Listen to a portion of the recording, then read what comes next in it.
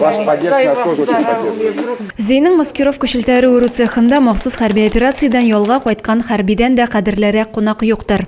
Киямыч позывнойлы ир егетне дә зурлап каршы алдылар. Үз уллары да якын итеп кочаклыйлар, хәлләрен сорашалар.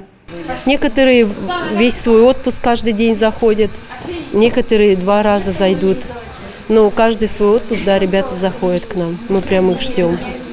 Биредә зәй егетләре еш була. Отпускта вакытта һәрвакыт җиңүне якынайтучы изге күңелле апалар янына ашкынып килә алар. Килүче һәр хәрбинең күкрәгенә зәй сезнең белән дигән значок беркетәләр. Бу юлы да традицион билгене хәрбинең үзенә һәм улына бүләк иттеләр.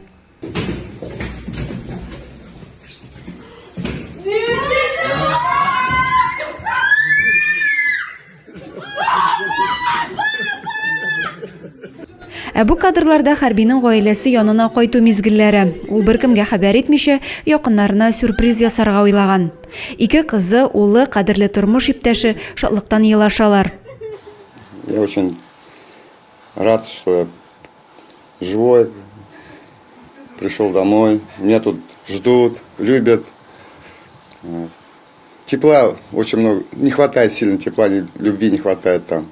Киямыч былтыр контракт төзеп махсус хәрби операциягә китә. Үз теләге белән китүенә якыннары каршы килми. Бу әле беренче тапкыр ялга кайтуы. Мы переживали, конечно, но приняли и его поддержали. И до сих пор поддерживаем, так как мы его семья. Это его выбор.